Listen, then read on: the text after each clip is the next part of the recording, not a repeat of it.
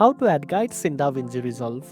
First of all, open your project and make sure you are on the edit page. Look at the top right corner of the viewer and you will see a small icon that looks like a grid or frame guide. Click on it to open the frame guide overlay menu.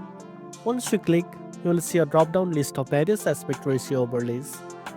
These include formats like 1:1 for Instagram, 9:16 for vertical video, and 2.35:1 for cinematic look.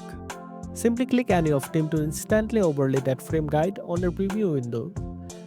You can also stack multiple guides if you want to see how your content fits in different formats at the same time.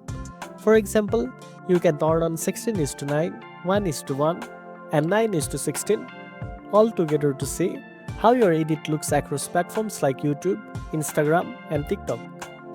Now scroll down in that same guide menu and you'll find options for action save, title save, and center lines.